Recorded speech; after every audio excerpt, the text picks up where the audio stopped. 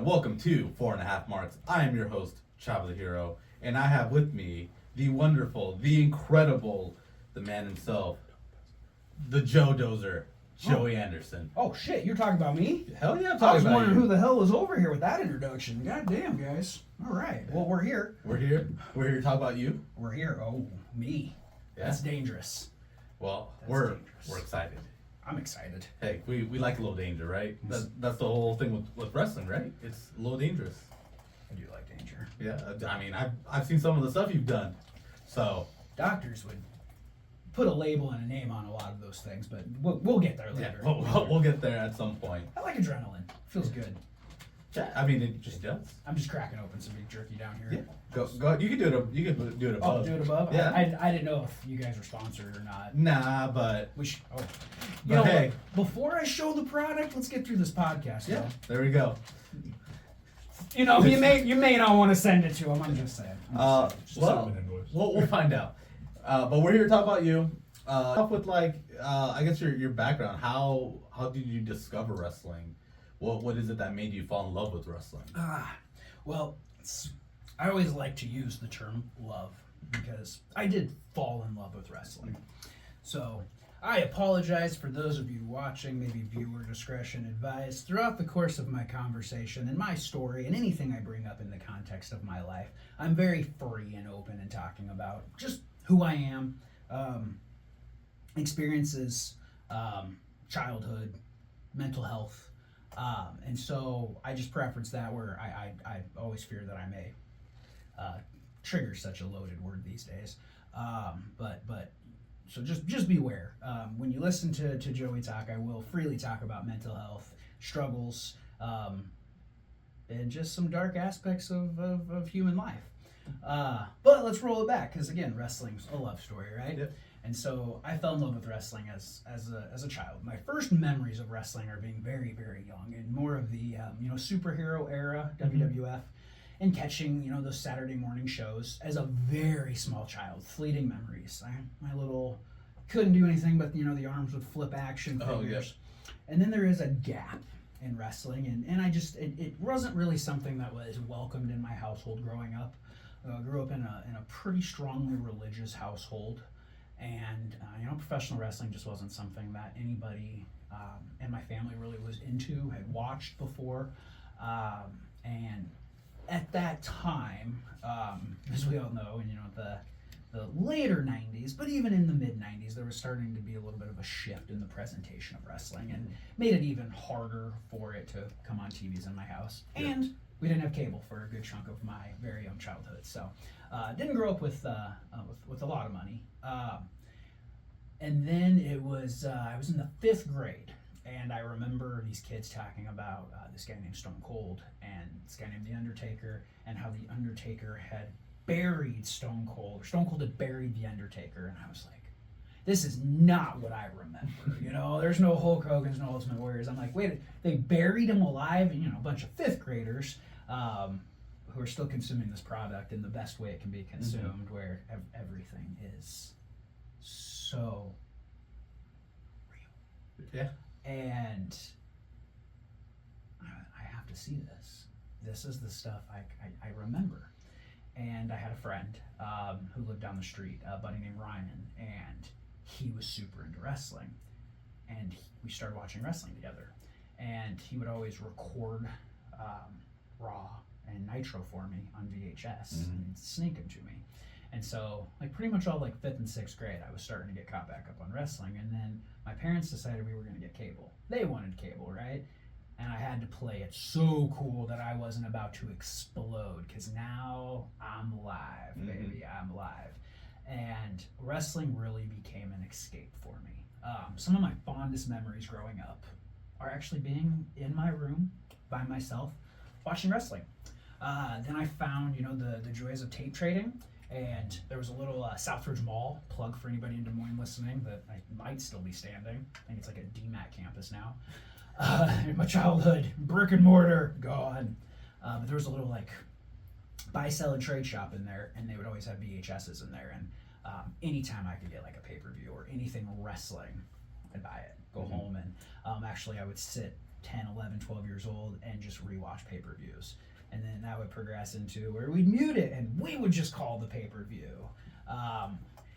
And then as I got a little bit older, came into adolescence and puberty, the way I consumed wrestling, it got so much more intense. And that's when I say I really became fanatical about it. And what's crazy is I remember moments way more than I remember spots or matches. And I remember music. Mm-hmm. I've always been drawn towards the way wrestling can combine sound with a visual medium, and it gets to your soul. My generation, I think My Way, that WrestleMania 17 promo Oh, spot, yeah. it is Highly regarded. oh my god, and it is. You go back and you watch, the cuts, the editing, by today's standards, it's all right. It's from 2001, but it's still like I watched that and I'm a 13-year-old kid who is so ready to watch Austin finally get that shot. He's back, Mm-hmm. and it's. I think time moves so slow when you're young too. Week to week is it's a drag, and a lot of the things I've watched from my youth that I thought were just years apart, you realize were like weeks apart. Sometimes the same night, same pay-per-view cell cycle, and I've really enjoyed going back and rewatching it because it is incredibly nostalgic, and it kind of puts me back in those young moments where I don't know. There's just something about wrestling that always made me feel safe. It made me feel home, and that would be a foundational piece to the thing that literally gave me my family and my friends. Yeah. And before we get into that story, I just feel like I need to ask the question: were you a WWE guy or WCW guy, or were you an ECW guy? So full disclosure, when I first started watching wrestling, I joined a gang, Okay. and I am still in that gang to this day, because it is for life. So we will. That answers your question. Yeah. Okay. Now, I definitely was a channel flipper. Okay. So now, if I knew there was a big match happening on one, they might get a little more of my time. Sure. I love that I consumed the later years of WCW and thought it was a quality product. Fair enough. Thought it was. So what was the turning point? What was the point where you were like, this is what I want to do, this is what I want to do with my life, and try to become and train to be a wrestler? I was 14 years old, Okay. and it was I told everyone. I told my parents, I'm going to be a professional wrestler. Had a career day thing at school. I'm going to be a professional wrestler. I had no idea how to become a professional wrestler. Thank God the internet existed, and you could just literally go, and I think it was like AOL search back then or whatever. Mm-hmm. And I had been, well, I should take that back. I had been in a lot of chat rooms and stuff. Full disclosure, we joke about this a lot in the cars and on the car rides. For our younger audiences, a chat room was like a massive group chat with strangers. The things you block and delete off the gram now. Did I say that right? The gram? Yes. Fantastic. Thumbs up, kids. Back in the day when you had to put a pillow around your computer so you wouldn't wake your parents as you were logging in, because the internet back in the day would make this wonderful sound of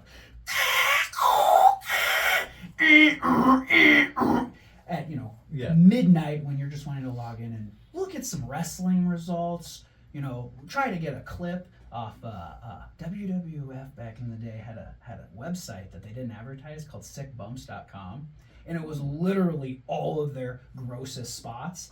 And this was around my probably 2003, 2004. I'd just be logging to look at stuff like that. Nobody had the time to sit and wait for a picture of boobs to download. My parents would be awake by the time I got to the nipple line. Internet was not great. But I'd been in a lot of chat rooms and stuff, wrestling specific chat rooms, full on knowing I was probably talking to 40-year-old gross men. ASL for you other dinosaur millennials out there. It doesn't mean ass sex lingo. They just wanted to know where you were from and how old you were, and what fictional gender you were playing at that moment to talk to 12-year-old boys about professional wrestling. I met Triple H in a chat room. I met Low Key in a chat room. Grown men, stop pretending to be other human beings on the internet. It's weird, guys. It's weird. Be a fan, but like, be you. Live a life. Be Bob Smith. I'm sure he's a cool guy. You really like Triple H. I get it. Like, whatever. And so through that, I actually did meet an active wrestler. I won't say his name. I'd actually sent him a message on Instagram. I don't even think he even opened it because he is on a prominent internet wrestling show. Oh. And I had met him and he was just breaking into the business. Okay. And he was Florida based and literally met in an AOL wrestling chat room. And then we had to like just exchanged private messages, and he was the first person who kind of was like, oh no, there's schools and different things. So I don't know if this guy out there knows that those just friendly conversations he was having with some annoying like 13, 14-year-old kid literally laid the groundwork for me living my dream. And it's cool because I see his face when I watch their shows. He doesn't fall down, I'll tell you that much. Okay. And guy's really a saint. That's all I can say. He has no idea the way he influenced my life. Literally just in this little random chat room. Pretty incredible. And then there was, back in the day, MTV True Life had dropped, I'm a pro wrestler. And that was the first time I'd actually seen like what pro wrestling school looked like. And then I really was into, the internet at that time, 14, 15, and just scouring looking for wrestling. I couldn't find it in my own backyard, but I could find it all over places I couldn't get to. Yeah. And the first independent show I really got into on the internet was UPW out of California. Okay. Which is crazy because there's these guys on there like the Bashams. There's these, or not the Bashams. Oh gosh, what's their name? Tag team. They'll kill me. Somebody's really screaming into their phone watching this right now because I'm dumb. Samoa Joe was working out there at that time. This guy named John Cena was training out there for a little bit. And they had actually, I had found them because there was a little documentary that was made about professional wrestling. I can't remember what it was called. It was called Pete. Pete would know the answer to this. And they were featured on there, and that was kind of the first time I realized. And then Beyond the Mat, things like that were really starting to expose the business. I would read every book that a wrestler would write as a kid. And so it really just kind of laid this foundation. Luckily for me, no one had told me that there's like, you can go 250 miles and find somebody who says they're a wrestler and train you in your garage for $1,000, right? Yeah. That stuff exists. And I didn't really have a plan until I was about 16, 17. And that's when I kind of met my core nucleus of backyard wrestlers in the Des Moines area. And one of them went on to train under Austin Aries. Got sucker, signed up with CM Punk, and then he got a contract. And then Aries had taken over, and that's actually Alex Sugarfoot, or Alexander Sugarfoot Payne. Had a couple ROH TV spots, wrestled for Ring of Honor for quite a while. I know he's out on the East Coast. Yeah. Grew up backyard wrestling in his parents' backyard. A wrestler by the name of Hunter Matthews, trained out of AEW Danny, who's kind of making a bit of a comeback. I believe he's opening up a new wrestling promotion here pretty soon. Oh, really? In Iowa. So, wow. Yeah, and so that's kind of my guys. Another kid named Frank, and we were just, and Greg. Cool thing about Payne, he actually did all the old DVD covers back in the day for CZW and Ring of Honor. Oh, wow. Yeah. Wow, yeah, that's cool. I actually, I didn't even realize the opportunities. I was 16 years old having conversations with Kerry Silkin at Ring of Honor shows. Wow. Setting up the ring. Wild. If I would have known what I knew now, I would have asked a couple more questions. Yeah, right. You know, hindsight's 20/20, so it just it is what it is. We just kind of live within and learn from it and teach other people. But yeah, and that's plan was to move to Philadelphia, but life happens, different things happen, and so I stayed a little closer to home, but not upset that I did, because like I said, I met some incredible people because of those decisions. So where did you actually officially train here? So I had originally started with 3XW, and but it wasn't so there was a generation of guys that had come up through 3XW, and it was, I think, set up and ran a little differently. It was a little hit and miss. And so I started with them. I had a ton of camps already under my belt. I was like, I got to do, there was these shows up in Muscatine, Iowa, Originally, they were under the IWA Mid South banner. Oh, okay. No, it was originally the NWA IWA, and then it just became IWA. And they were Ian Rotten shows, Yep. so they were a wild experience. Yep. We've heard. Yeah, and so 16 years old, driving to those shows and meeting a lot of very interesting people. I think guys like Tyler Black wrestle. Yeah. Year into the business, Abyss, Brian Boz, just some incredible guys. Wow. I'm sorry, I trailed off there. Bring me back. Forgot my spot. Training. Yes. So had done a bunch of different seminars. Got Christopher Daniels, young AJ Styles, way back in the day. I mean, it's like I'm a kid, no idea what I'm doing. Like learning how to fall backwards. So I knew enough to like not break my neck day one of training. So started with them, really got the basics under my belt, and then simultaneously about that same time, the universe kind of put me in a position where guys like Duke and Brian and Sean and Fowler came into my life. And so kind of was learning through them a little bit, and then it wasn't too long after that Nate had come in and just kind of polished me up. Mm-hmm. So I had a little more non-traditional where I learned chunks from different people. Gotcha. And that's just because there wasn't a lot of, unfortunately in the area, there wasn't a lot of consistent schools that were running programs and camps like they have now. You know, there's some incredible camps now, you know, especially even within this area. Obviously the Bulletproof Dojo, Nino's kids down there doing a great job. I mean, you can always, Black and Brave, some schools up in Minnesota. So wrestling training and education is so much better in this area now than it was when I was a young man. And I wish, was a little younger and could have learned under Nate in a little different way. And it was very interesting, but I learned to ask a lot of questions and try to keep my mouth shut a lot back then. So perfect. Well, let's I guess let's kind of get into it. What the impact that like Stripe had on you, I know was like you've talked so highly about it. You've talked about it, but like what, I guess kind of what else like has he done for you in a maybe like wrestling related way? Oh, just in life? Yeah. Other than just being an awesome fucking guy and a friend I never knew I'd have. Okay. Shit.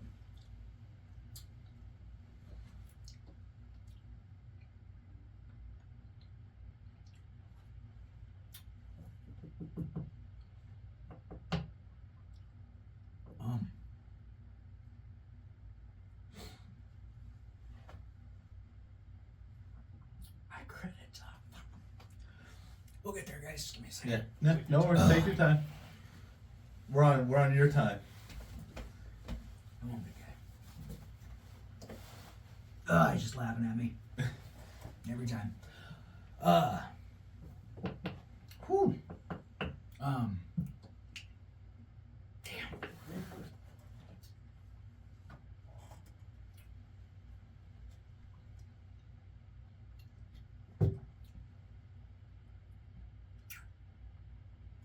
All right. So the thing about me, guys, is, especially when I first started wrestling, I was bad. I wasn't good. Like, I wasn't good. I had fire. Decent comeback. Sell my ass off. But I was always a team guy. I always grew up playing team sports. And I was a lineman. And that was my favorite thing. Playing football. And I was always undersized, and so I always had to rely on the people around me, And when I got into wrestling, I loved the locker room. So it reminded me of football. And, I just wanted to be a good player. I just wanted to be a good teammate. I have an analogy I use a lot now when I'm talking about wrestling and young people and just some of the things that, when I was general managing, if you will, at Magnum, sometimes I yell, just be a fucking guard. What I mean by that is show up, do your job, go home. Not every day you're going to get the ball, not every day you're going to get your name in the paper, but you're going to do a job and you're going to do a job that no one else can do, and everything else falls apart around us if you don't do your job. And I've always taken that mentality into life. I'll lead when I need to, be vocal when I need to, step up when I need to. But my job on a team is to make sure everything's okay. And I'm not screaming that. I'm just making sure. So I told myself, your career in wrestling is going to be no different. You'll show up, you'll be respectful, you'll be a good hand, you'll help, you'll listen, you'll just be a good teammate. And so that's what I always wanted to do. And then when Nate was starting Magnum, the way I got my first booking was actually because I just brought gear. The old day kids, if you're listening to this, literally always have gear if you go to a wrestling show. It's wild how that can be such an opening. And if you can just get your ass kicked, say thank you, because you got your foot in the door. I did my job, and Nate asked me to come back. And now I really came up in wrestling in this fun little promotion called Adrenaline Pro Wrestling. And I will plug Adrenaline Pro Wrestling because I don't know what wrestling today in this area looks like without Adrenaline Pro Wrestling, without Jeremy, fuck you, without Marcus Holiday, Josh Donner, without those guys putting their own necks out on the line and their own personal finances. So a bunch of guys who have no business running a wrestling company, having wrestling shows, paying people or asking people to pay money to come watch. But it was some of the best shows, and it's literally where everyone came together. That is where I met Duke and Bo and Sean and Fowler and Nate. That's the first time I saw Nate, not from the audience, but as a peer, was in an APW locker room. And so when you ask what Nate did for me outside of wrestling, kind of everything. Because without him booking me at Magnum, I think I would have fallen off. I don't know if I would have got there on my own. I don't know if I'd have burnt out. And so I'm always so thankful because I saw the way those guys worked, and me and Josh did not work like that. And we used to even joke with Nate. We'd say, you book these guys to sell your fancy DVDs on the internet. You book us to pop your crowd. But I knew my place, and wrestling has to have that in a show. Not everybody can be the spot guy. But it worked. And I found a groove, and, Nate taught me wrestling. But he really let me keep all those friends and build on that. And, dude, I don't mean my wife without Jason Stripe. Can we get Joey a tissue? That's I'm sorry, guys. no, You're good. no, You're this good. is- You're good. Take your time. Yeah, Take your time. I know it's a lot. It's heavy. Should've warned you. It's heavy. Yeah. It's heavy, man. Here, we're just gonna take a. Take a quick. Oh, appreciate you, boys. Sorry, I didn't mean to crawl over your Nah, guys. nah. You're okay. Oh, man. It's all right, Joe. You got me all cheered. I too. Fuck, bro. I Man, should have warned you. I'm a big old emotional fuck, too. All ends of the spectrum, guys. It's all right. Ugh. It's okay, Joe. You see why I like to tell a real emotional wrestling story, right? yeah, Oh.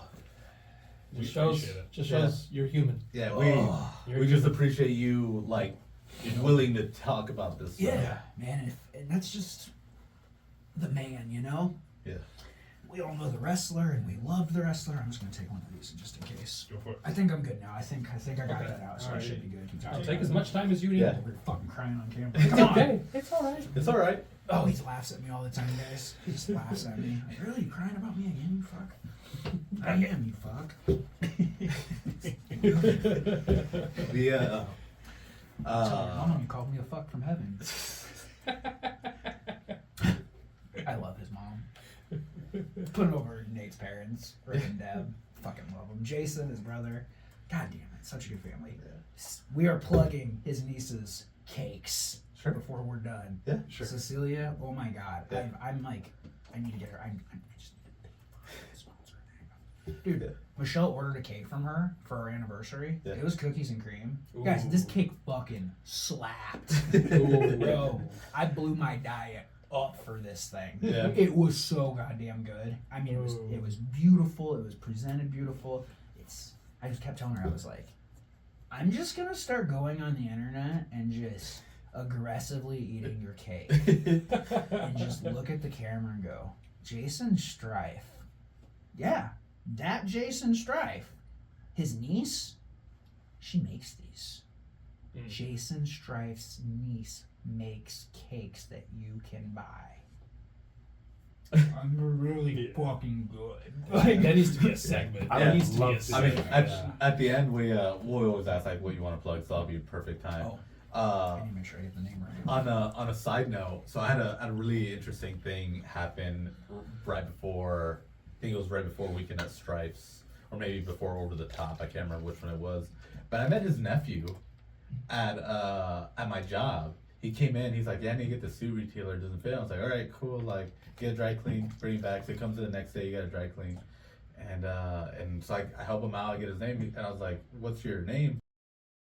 I was like, "It really is like my uncle," and I was like, "Yeah, like I'm Jason Strife, right?" And he's like, "Yeah," and he showed me his tattoo. He has I think it was Strife Forever on his chest, and we just talked about it. I was like, I'm not gonna charge you tailoring. Like, You're my fucking guy. yeah, My guy. I gotta talk to for my manager. He's like, why does this guy have like free tailoring? I was like, don't worry about it. Just if you want anybody to pay for it, I'll pay for it. All right.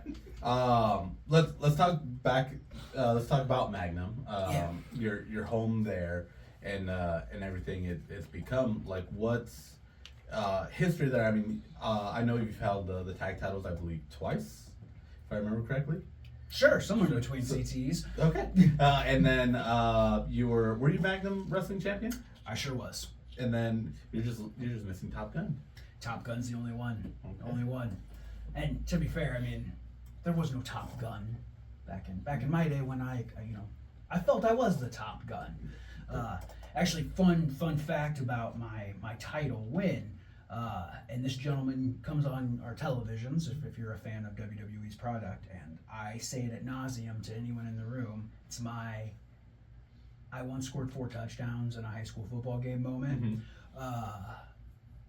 When Carlito's face pops up on my screen, I will tap my wife and go, "Hey babe, I pinned him for a title." There you go. And she'll look at me, say nothing, and look away. And I know in that moment I have become so sexually unattractive to her. Love you, sweetheart. So I didn't know that. We Cashed had- in the piggy. To be fair, Okay. I cashed in the piggy. So with Carlito and was there someone else? Or? Carlito and Red Wing. Okay. Anniversary 7. I want to say it was 7 or 8. I had some eventful anniversaries, and it's one of my proudest Magnum moments. Is incredibly difficult for me to actually recall outside of video because I was severely concussed. Oh. Earlier in the night, me and Duke and Bo had ourselves a little 6-man tag. Was it Bulletproof? I think it was. It was Bulletproof. Remember Drago was out there. Yeah, so you see what I mean? Yeah. And I got pushed off the top, and I remember when I got up on the top to get ready for the spot, and they came and were going to dump me over, I actually looked down and saw the timekeeper's table, and I was like, this will be easy, perfect, just boom, make the table roll off. I don't even have to really try that hard. It was great, other than the fact that I did not see the giant-ass ring bell. Oh. So you actually rung your bell. Oh, yeah. All I remember was literally just that thud, and then I just throwing up on myself actually I was outside of the locker room. Had just been told like a half hour before all this happened that later in that night, we were gonna put the strap on me. It was wild, like just one of those crazy moments. Strife going, because I had this pig in the bank, and I was like, in the back of my mind, I'm like, I'm the guy that loses this. Like, just I tell a good story in a loss. And no, sure enough, it was, hey, tonight's the night. And so it was actually, Red Wing defended the title against Carlito, and Carlito won. Oh. And imagine that moment in that building going, holy shit, what happens now? Carlito's walking out of here with our belt. and I saw the ultimate opportunity, as they say. My favorite moment is I actually ran, and it's kind of one of the things I do remember is I dropped the piggy. As I slid into the ring, my hands just let it go. I was so nervous. I don't think that highly of titles necessarily. At that moment in that time in my career, and given the talent that was at Magnum, that was an honor. I mean, just an honor. And I let the piggy go, and in slow motion, I watched it roll across the ring. As I army crawled trying to catch it, it rolled all the way and fell to the other side of the ring and shattered. Oh. And I remember just going, "You had one job, man. Walk out and hand this thing to the referee, and you blew your one spot." And Mason, being the just the pro's pro, looks at the broken piggy banks and he goes, "He broke the bank. He's cashing in." And it was, 30-second little thing with Carlito. He goes to hit me with the old backstabber. I just sit on my butt, roll him up, 1, 2, 3. Having my moment celebrating. Bo comes out, Brian comes down, big old hug, and just kind of just enjoying this moment. The crowd really, I was really building something special, just in the way I connected with our audience back then, and it was a moment. And I think there was a lot of people there who were just, it was kind of one of those Mikey Whipwreck moments. Mm-hmm. It was cool, because most of my career I've always kind of looked at myself as I try to connect with people in the sense that I'm kind of the average guy, average Joe, hey, right? That was terrible. Edit that out. Oh my god. I'm just that guy that was dumb enough to jump the rail because somebody said come get some. And just getting hit a little bit too much, was willing to take just one too many chances, and the name of chasing this glory. And so it was really cool just to get to live that moment and to be Magnum's champion. And I'll never forget the moment it kind of wore off. 15 minutes later, my next thought was, I cannot wait to lose this. Who's next? Yeah. Now I gotta perform. Damn. Yeah, you gotta build it all up. I opened that show. We were the open. I love that spot. My God, dang, now I gotta sit here and these people watch 2 hours of wrestling, and now I gotta go out and be the last thing they see. It's a daunting task. Yeah. Especially when guys like Jason Strife and Devin and Fowler were wrestling before you, the Dukes. Do you guys want to calm down? Right. I mean, but having I guess what you'd call healthy competition, the match before you performed well. Now it's up to you to do better. Yes, and the way I look at wrestling, and really a card, and we've all been to a lot of wrestling shows, and if you really love a certain style of wrestling, that's awesome. I like a buffet of wrestling. When I go, if I'm going to sit through 2.5 hours of wrestling, I want entertain me. Yeah. Peaks and valleys, some show flow. And that's one thing I always looked at myself when I would wrestle is what's right before me. Okay, if you get Fowler and Strife out there, it's okay, we have to go do something completely different, but just as engaging. And so that's when you can lean more on the emotional side of things a little more. And I mean, anybody who's seen me wrestle knows I'm not really, my goal isn't to go out there and put on these 5-star technical, I'm the dirty side of wrestling. I'm a fight. Mm-hmm. And so while I did look at it like it was very tough and I appreciated the challenge, those were those things though that taught me that I gotta learn some new tricks. Yeah, right. I can't, I do, how do we bring more drama out of a moment? Because these guys are over here doing all these freaking moves and they're crisp and they're clean and they got all these high spots, and I'm over here I got 5. We gotta make them last. We gotta make them mean something. Right. But I mean, that's the big thing. It's when you do things that mean more, mm-hmm. right? I mean, from a personal note, that's what I like about wrestling. I like when things mean more, when moves are bigger, mm-hmm. so to speak.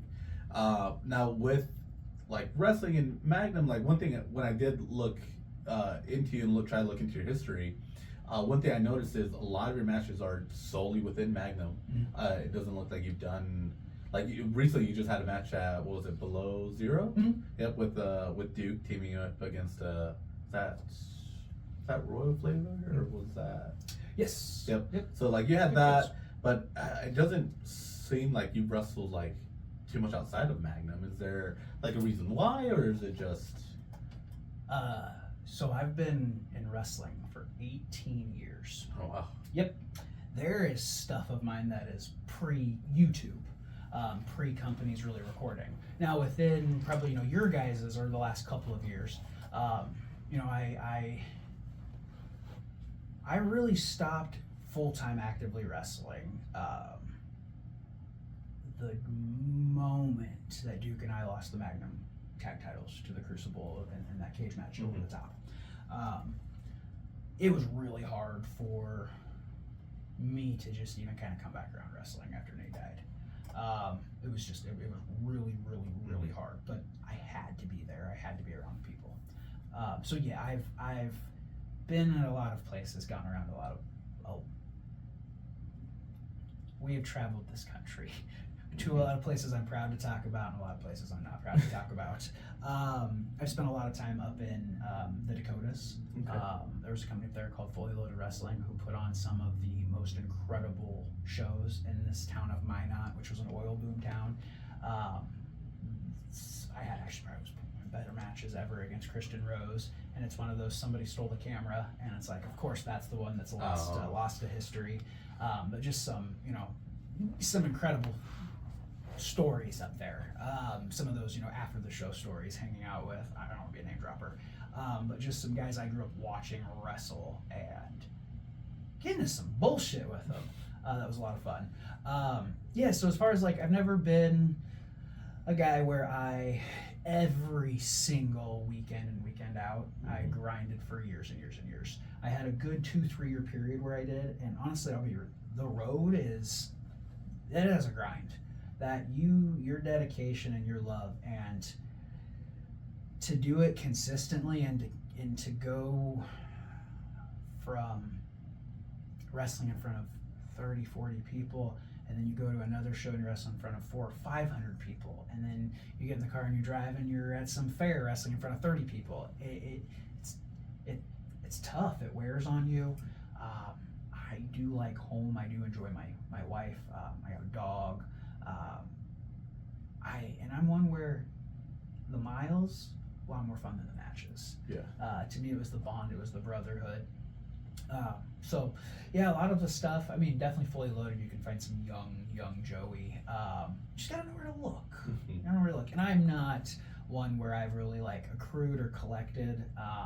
That's one thing about professional wrestling I got very wrong, and I'm not very good at. Nor was I ever very good at. A little better now. Self-promotion. That was actually one aspect of the business I struggled with, and it's so important. And especially coming up in really the birth of social media. I was on Facebook when you had to have a .edu to be on Facebook. Oh wow. You had to be a college student to get on Facebook. I was a part of the first year launch. So social media I had Xanga blogs when I was a year into wrestling. You guys are like, what? We were promoting ourselves on MySpace. So, the everything really changed and shifted, and just self-promotion was something that I struggled with.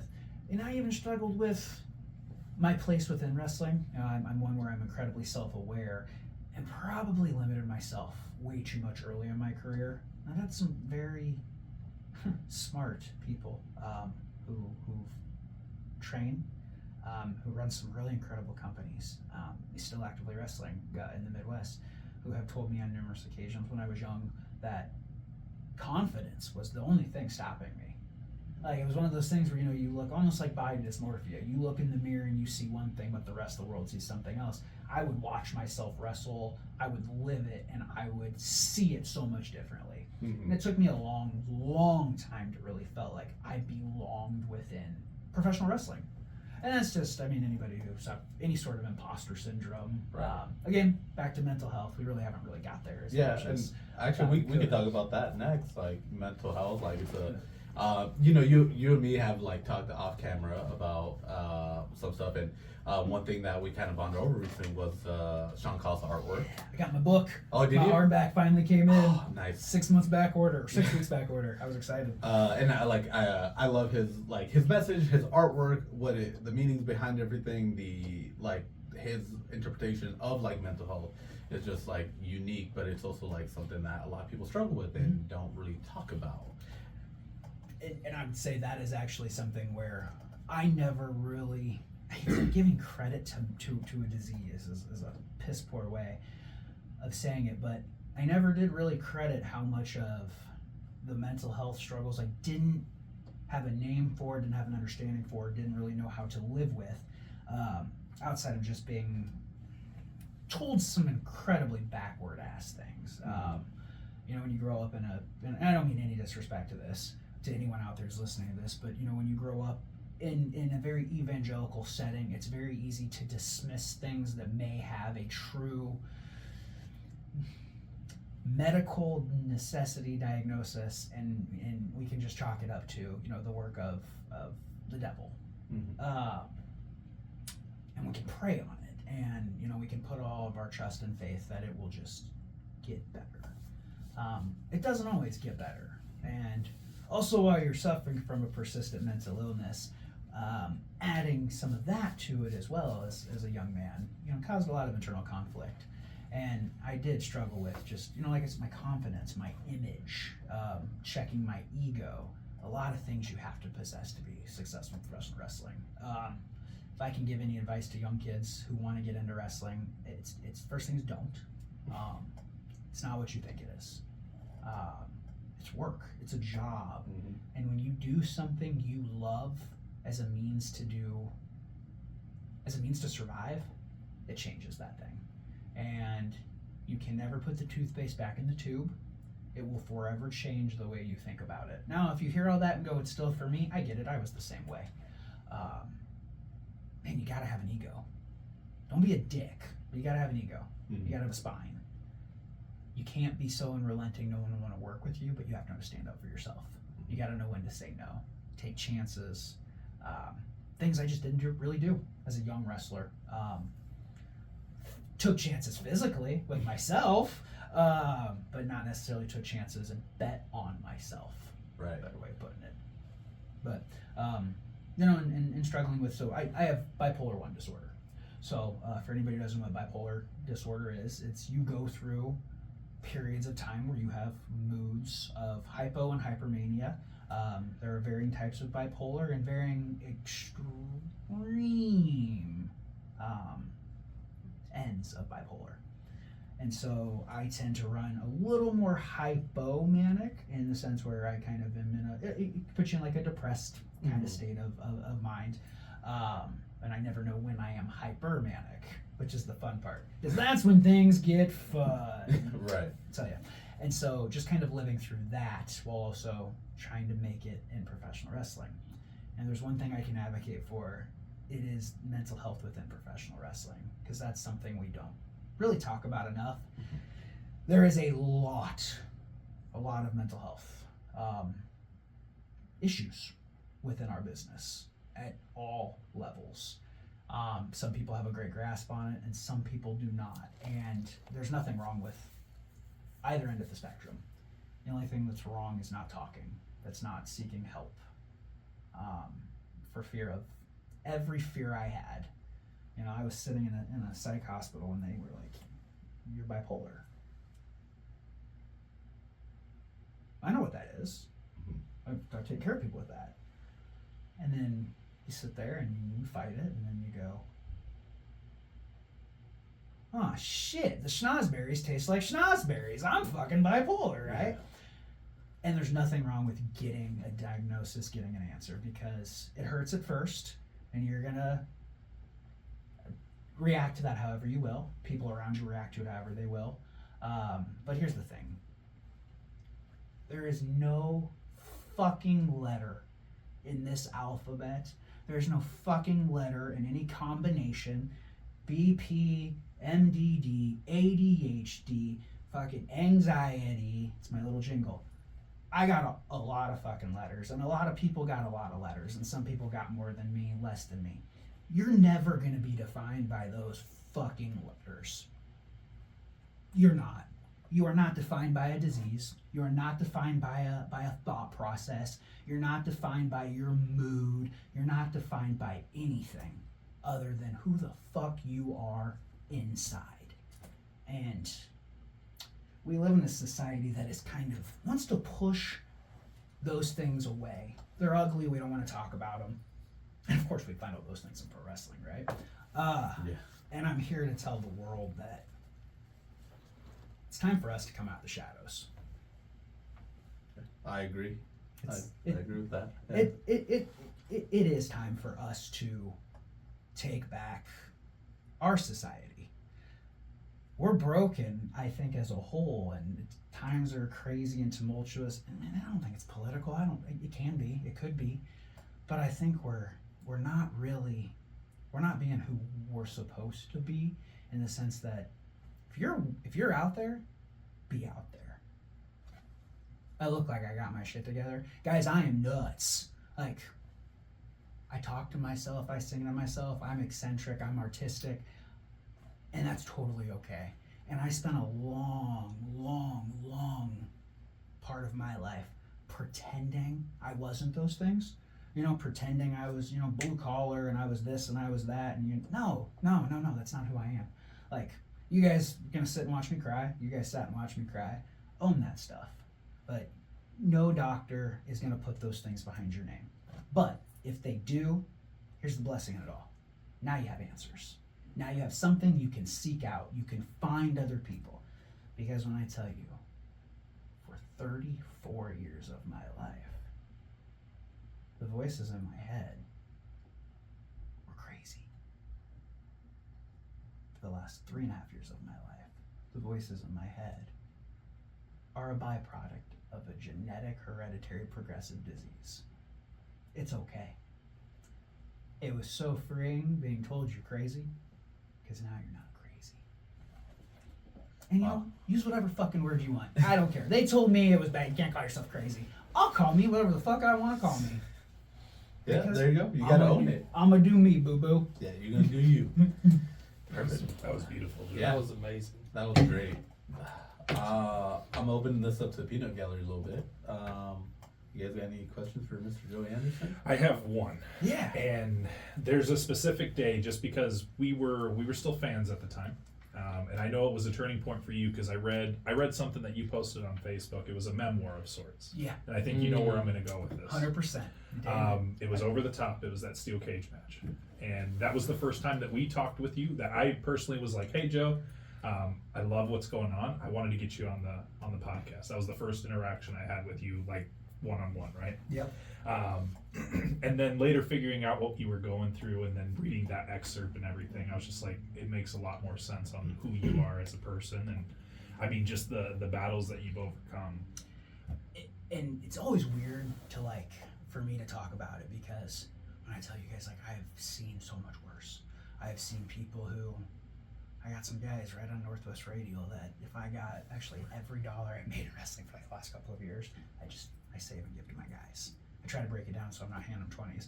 One day one of my guys was sitting out there smoking a J, right? I'm like, are you smoking on the corner? What are you doing? He's like, yeah, you want some? I'm like, we're just sitting at the red light, waiting to drive. I'm like, dude, no one's gonna give you money if you're smoking drugs. Like, I don't give a shit, what are you doing? The light turns and I go drive by and he goes, it was your 20 that bought it. I was like, God damn it! Dude, I was sitting down there one day and I'm talking to Michelle on the phone. I just had my window cracked a little bit and I'm hitting my vape. And I hear this guy go, stand on the corner. He goes, I've been standing on these corners most of my life. And I want you to know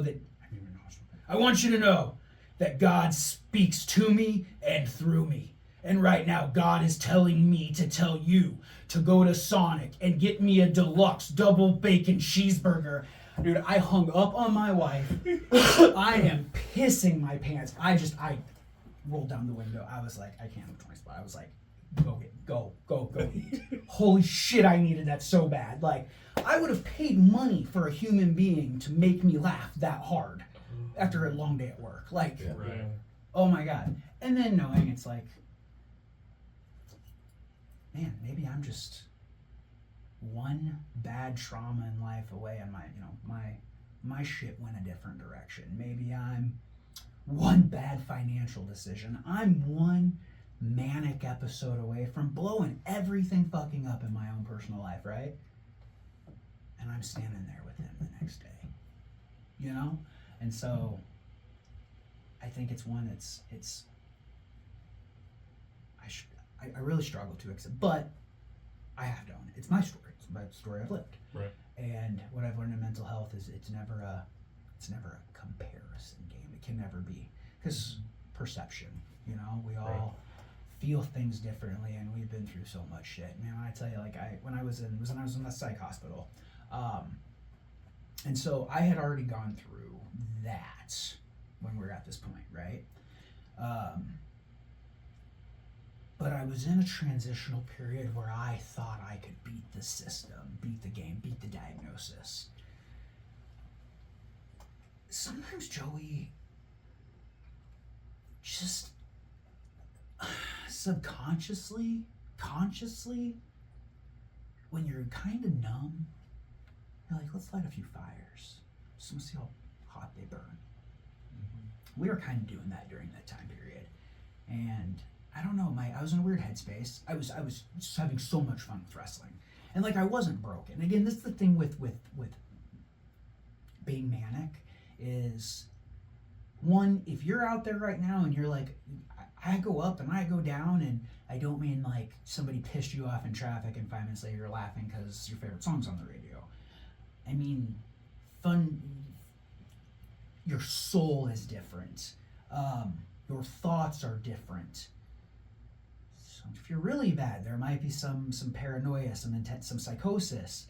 And on the higher end of these things, you're going to be living your best goddamn life imaginable. To everyone else, you're a walking red flag inside your own little bubble. You're great. Life is fantastic. Ideas are grandiose. There's no plan that's not achievable. And I say that to say, if you're feeling that, but like every day, go get help right away. That's rapid cycling. It's very dangerous, and you will completely fall apart. And so, to me, we have to talk, one. But I don't want to be a Debbie Downer. That situation, that moment wasn't a chance for me to go, guys, I kind of feel like fucking shit, right? And I will say this, some of the most depressed people that are out there right now, and probably are your friends, your family, people we know, are masking that shit so hard. Because the last thing we want to be is a burden on you. Like, when I was in treatment, the psych hospital originally, when all this broke, they kind of kicked me out for lack of participation. Guys, I went to everything.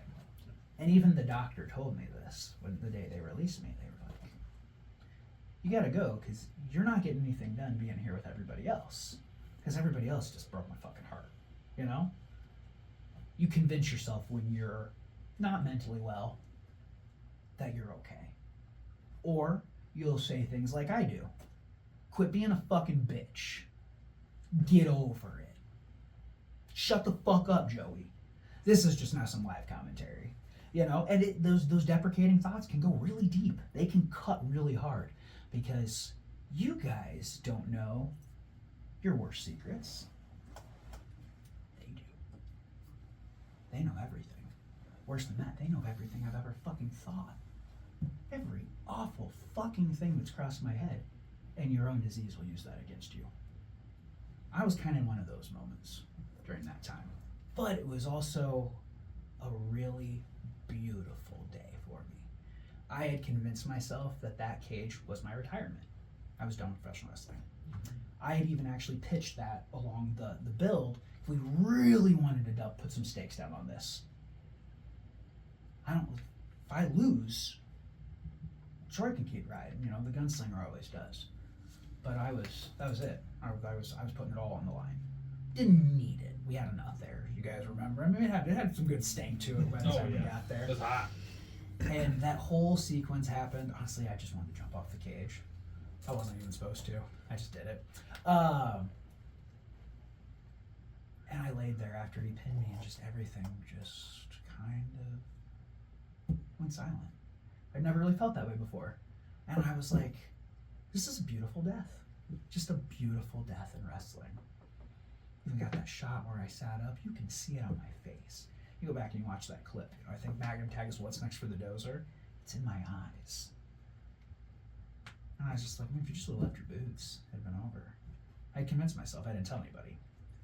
And then the next day we went out and celebrated. But before we did that, we went and did the walk. Mm-hmm. So, you know, suicide awareness is something that's very important to me. However, I don't know if I was in the right mindset to be in that setting, because there you're celebrating success, but we're also remembering and honoring those who lost the struggle. Here we go again, guys. Jesus Christ, Joey. Holy cow. And so that kind of started the day, and then we went out drinking.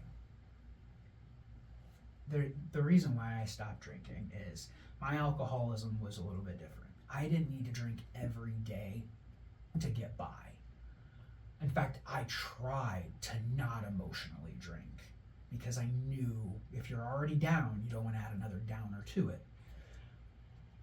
But man, it's when you're hypermanic that you gotta watch your drinking, because the party never stops. And when I'm there, I'm Russian roulette.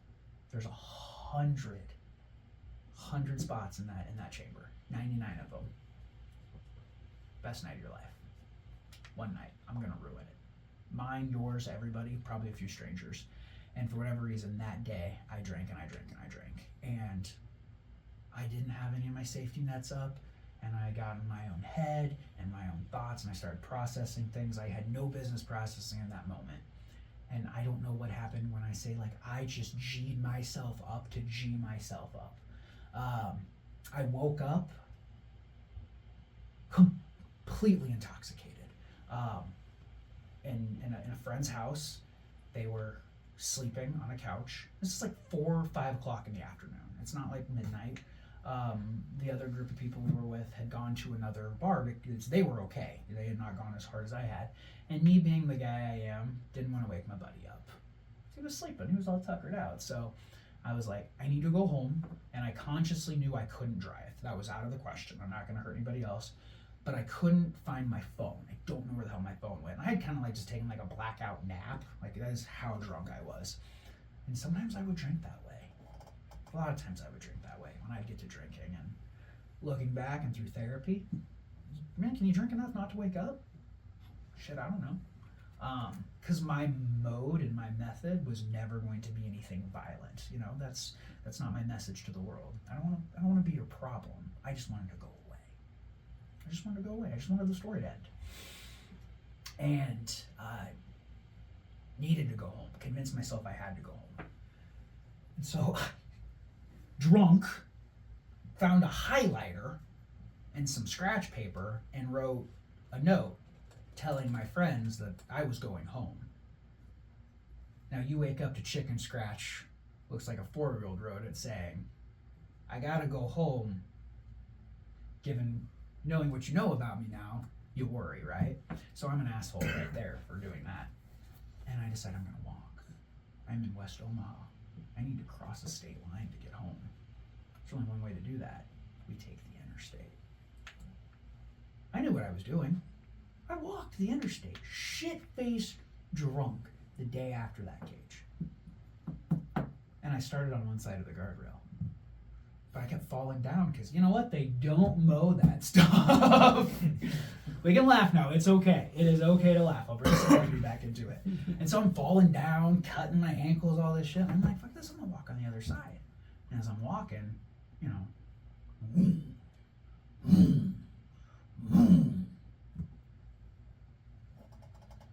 let's get a little closer to that line.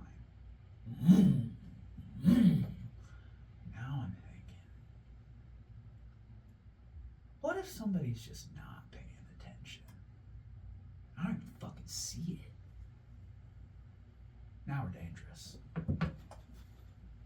Now I'm not fucking up my own life, I'm about to fuck somebody else's life up too. And now I'm consciously walking on the highway, drunk off my fucking ass, going from a place of euphoric, I gotta get home, into I'm leaving this fucking world, right?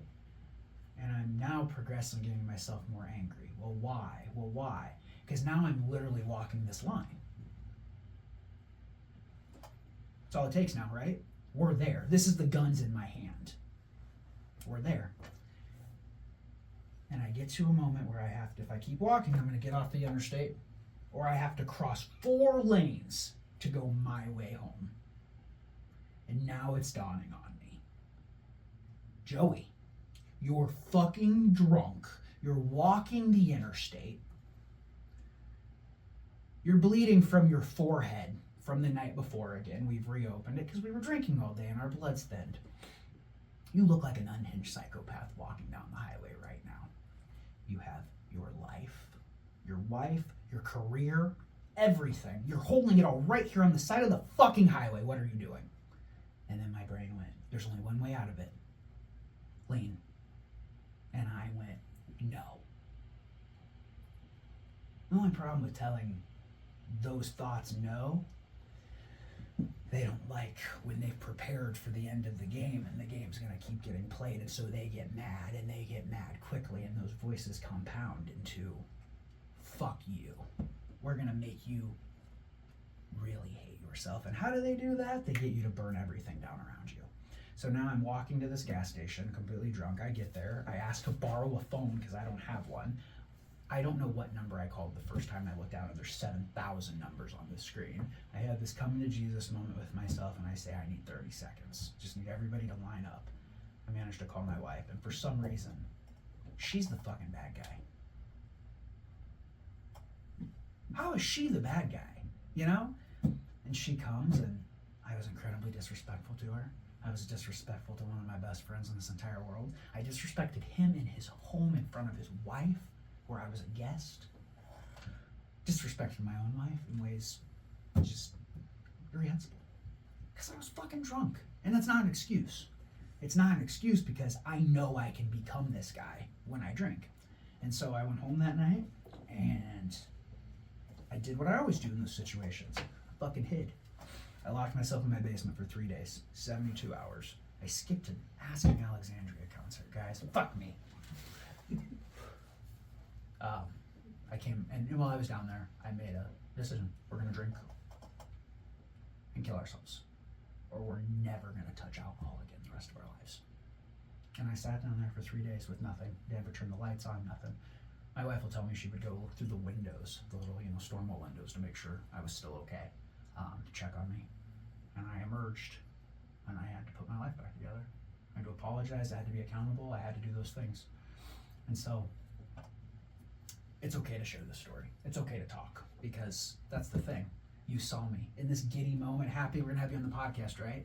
Not even 24 hours later, I'm walking down a highway consciously in a moment, whether I see tomorrow. There's so many people walking around, even our little neck of the woods, right?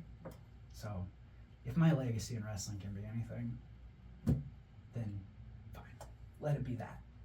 And as you guys have seen, I have no problem airing everything that's really happened to me in life out there, because it may be wild, it may be a lot, it may be raw, it may be too real for people to consume, but for some people, and I think probably the overwhelming majority of people, that's incredibly topical. You don't have to look far. You guys don't have to look outside of this room to see somebody who struggles, right? And I don't know your guys' stories, what you guys go through, who you know. And all I hope is that people will say, it's okay to go get help. The one thing I'd hope that came from that very post you're talking about was a young wrestler sent me a message. He goes, I've thought about checking myself into the hospital for suicidal thoughts. And I said, I'm so proud of you. Thank you for sharing that with me. And it's going to be okay. Here's exactly what's going to happen. If you picked up the phone right now and called them, or if you drove yourself to the ER, this is exactly what's going to happen to you. Exactly. And my advice is always get the lasagna and take advantage of all the orange juice and apple juice and chocolate milk you can get. It's wonderful. Do all the things. Participate in everything. It's not going to change your life. It's not going to fix your disease. It's not going to make it more manageable. But it's going to save your life in that moment. And then you're going to come out and the real work's going to start. You're going to go to therapy. You're going to do all these things. And I made that decision when I was in between treatment, as I like to say. Cool. Wow. Thank you for that. Yes. Thank you for sharing. Thank you. And as we've talked about before, like mental health is a big thing to us. It's very important to us, and suicide awareness, prevention. It's important. So if you need to talk to someone, there's always someone out there. And I'd like to say, I have called the hotlines. The Joe Dozer, Joey Anderson. I have called the hotline before. I cried to a human being that I will never see, never meet. And you know what they did? They bought me another day. They bought me another day. And sometimes, I think Eddie Guerrero, and I know a lot of recovering addicts have talked about it, and it's, man, I don't think I can make it another 25 years. I don't know if I can make it another 10, another 5. Can I get to tomorrow? I'll probably get to tomorrow, you know? And there's some days where you just gotta see the sun come up one more day. It's a win. It's a win. Oh, Yeah, Oh yeah. absolutely. So, Well, I think that's a great message for us to kind of end on. Like, that's great conversation that we had. We appreciate you again coming on here, talking to us, sharing your history, sharing what you're passionate about. It means a lot to us. I know it's going to mean a lot to them as well. Just hearing your story and hearing everything you've kind of gone through. So, and of course, seeing the true and raw emotion that you are willing to show us. yeah. And there's nothing wrong with you if you have a mental illness. Whether it's depression, anxiety, to bipolar, schizophrenia, if you're on the autism spectrum, there is nothing wrong with you. In fact, I think you're more than. You know? Mm-hmm. Most people got one internal monologue. I got several. There you go. And they all have a skill set. They'll have a skill set. Anything else you want to say or plug? The mic is yours. Yeah, obviously, Magnum Wrestling, Hot Magnum Nights coming up June 21st. German American City. Obviously, the 4.5 marks are going to be there. I will. The Joe Dozer, Joseph, Joey. I mean, let's call a spade, guys. You know I'm going to be there. Hi, Jeremy. Bye, Jeremy. Yes, and actually there is. I need. You got it. You got it. All right. Yeah, we'll pull it up big, And then- big on the screen. Yeah. Biggest plug of the night.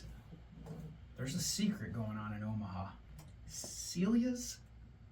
Guys, I'm gonna butcher this, and she knows I'm gonna butcher this. It's a cake Fuck me. Alright, I'll try this again. Apothecakery. The more I try this. Apothecakery. Apothecakery. Celia's Apothecakery. Alright, guys. One last thing I want to plug, and this one's super important. I need everybody right now to pull up their grams, their Facebooks, whatever you're on, and I need you to look up Celia's Apothecakery. What is Apothecakery? I'm not sure. But what I know on the other end of the Apothecakery is a very, very sweet young woman who makes the most delicious cakes. I blew my diet. I blew my diet hard on my anniversary with my lovely wife with one of these delicious cakes, cookies and creams. And did I mention the coolest thing about the Apothecakery? Now it's just fun to say. Apothecakery. This young lady who makes these beautiful cakes is the niece of the man, Jason Strife. That's right. There is a young lady who is starting her course in this world, and she makes a delicious baked good. And she is the niece of one of the greatest human beings I have ever known. And you guys, really, wherever it's at on the screen right now, click it and let's blow her inbox up. Let's get on those. Let's keep her busy through summer, through fall. Get Christmas orders in now. Let's take care of this little girl. She is incredible. She is Magnum through and through. She is of the Strife bloodline. Do what you do, wrestling fans. Do what you do. I love you guys.